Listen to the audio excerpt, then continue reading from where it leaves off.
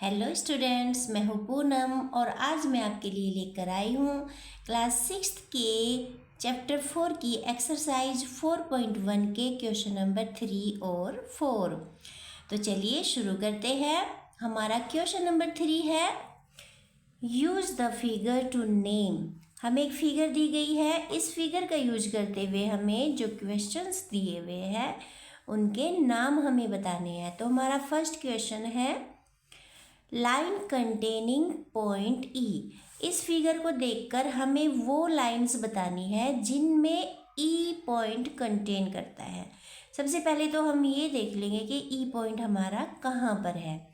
तो इस फिगर में हमारा ई पॉइंट देखिए यहाँ पर है। अब अगर मैं लाइन की बात करूँ, हमें क्वेश्चन में सिर्फ एक लाइन पूछी है लेकिन यहाँ पर हमारी कई लाइन बन जाएंगी। तो यहाँ से हम फिगर में देखते हैं तो देखिए ए और ई लाइन है हमारी जिसमें ई पॉइंट कंटेन होता है, और इसके साथ ही हमारी बी और ई लाइन भी ई पॉइंट को कंटेन करती है, और साथ ही हमारी डी और ई लाइन भी ई पॉइंट को कंटेन करती है, और इससे अलग हमारी एफ और ई लाइन भी ई पॉइंट को कंटेन करती है। तो हम सभी लाइंस लिख लेते हैं। क्वेश्चन में आपसे एक लाइन पूछी जाएगी तो आप कोई भी एक लाइन का नाम लिख सकते हैं। तो सबसे पहले मैं नाम लिख रही हूँ ए ई लाइन। कौन सी बनेगी सबसे पहले हमारी ए ई लाइन, और हमने पहले पढ़ा था कि इसी लाइन को हम ई ए लाइन भी लिख सकते हैं। ओके, इसके बाद हमारी दूसरी लाइन बनती है बी ई लाइन। क्या बनती है? बी ई लाइन, और बी ई लाइन को ही हम क्या लिख सकते हैं? E B line. इसके बाद हमारी बनती है D E line. D E line, और डी ई लाइन को ही हम क्या लिख सकते हैं? E D line. और एक हमारी लाइन है एफ ई लाइन। क्या है हमारी? एफ ई लाइन, और एफ ई को हम क्या लिख सकते हैं? E F line. तो आप अपने आंसर के लिए इनमें से किसी भी लाइन का नाम लिख सकते हो। इसमें हमें कंफ्यूज नहीं होना है कि ए ई लाइन, इसको हम ई ए लाइन भी लिख सकते हैं। ठीक है, तो देखिए हमारा बी पार्ट यानी ये क्वेश्चन दूसरा इसमें पूछा गया है लाइन पासिंग थ्रू ए। अब देखियो जी, ए पॉइंट से पास होकर कौन कौन सी लाइन गुजरती है, मतलब कौन सी लाइन है वो जो ए पॉइंट से होकर गुजरती है। तो अगर हम बात करें तो हमें ए पॉइंट चेक करना है। ए पॉइंट हमारा यहाँ पर है, तो लाइन की अगर मैं ई ए लाइन, हमारी ई ए लाइन ए पॉइंट से होकर गुजरती है, और ई ए लाइन को हम क्या लिख सकते हैं? ए ई लाइन। दूसरी ए डी लाइन, ये भी हमारी ए पॉइंट से होकर पास होगी, और इस लाइन को भी हम क्या लिख सकते हैं? D A line. और दूसरी लाइन हमारी बनेगी A B line. A B line, और इसी लाइन को हम क्या लिख देंगे? B A line. ठीक है, तो हमारी बी ए लाइन भी कहाँ से पास होकर गुजरेगी? पॉइंट ए से। हाँ जी, अब हमारा सी पार्ट है line on which O lies. मतलब इसमें जो ओ पॉइंट है ना, वो लाइन बताइए जिस पर पॉइंट ओ लाई करता है। तो इसे देख के हमें पता चलता है कि एक तो लाइन हमारी सी ओ हो जाएगी और दूसरी लाइन बी ओ। तो हमारी पहली लाइन क्या बनेगी? सी ओ, और हमने पढ़ा है सी ओ लाइन को हम क्या लिख सकते हैं? ओ सी लाइन भी लिख सकते हैं। दूसरी लाइन है हमारी B O. B O line को हम और क्या लिख सकते हैं? O B line. तो ये सी ओ लाइन पर ओ कंटेन करेगा, बी ओ लाइन पर भी ओ कंटेन करेगा, और यहाँ पर ओ सी भी इसको लिख सकते हैं और ओ बी भी हम इसे लिख सकते हैं। ठीक है, तो अगला क्वेश्चन देखिए, two pairs of intersecting lines. जब हमने इस चैप्टर की इंट्रोडक्शन की थी तो हमने वहाँ पर इंटरसेक्टिंग लाइंस के बारे में पढ़ा था ऐसी दो लाइंस जो आपस में एक दूसरे को इंटरसेक्ट करती है किसी एक पॉइंट पर। जैसे ये मैंने दो लाइन ड्रॉ करी है, ये ओ पॉइंट पर एक दूसरे को इंटरसेक्ट करनी है, तो हमें ऐसी लाइन बतानी है देखकर।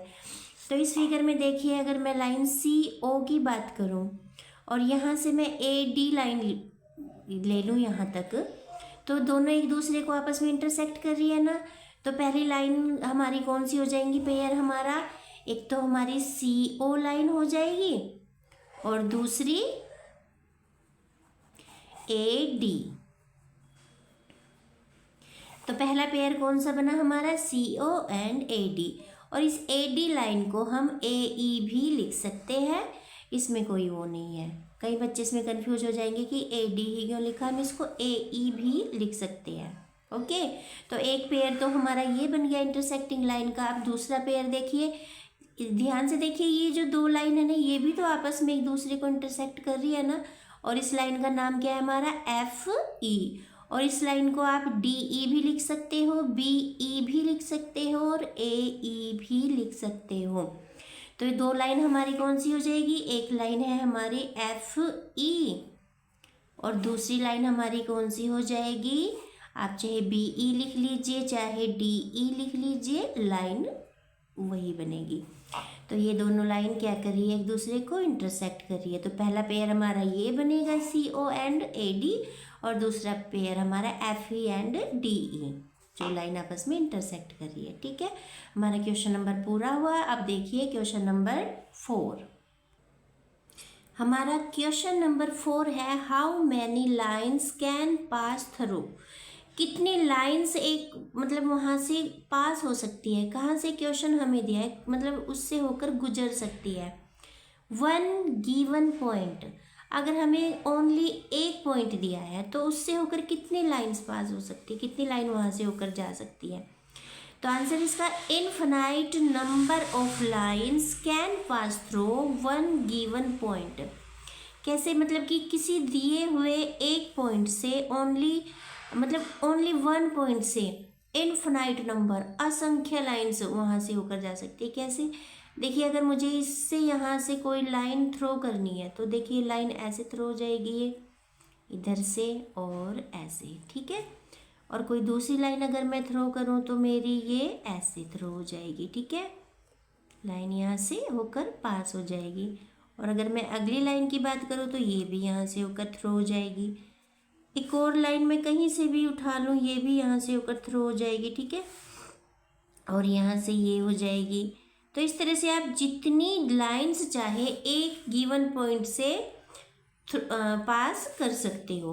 तो इसका आंसर क्या है, infinite number of lines can pass through one given point. मतलब जब हमें एक पॉइंट दिया हो तो उससे कितनी लाइन पासेज हो सकती है, जितनी मर्जी आप चाहे। इनफिनाइट मतलब अनगिनत, कोई नंबर नहीं है उनका।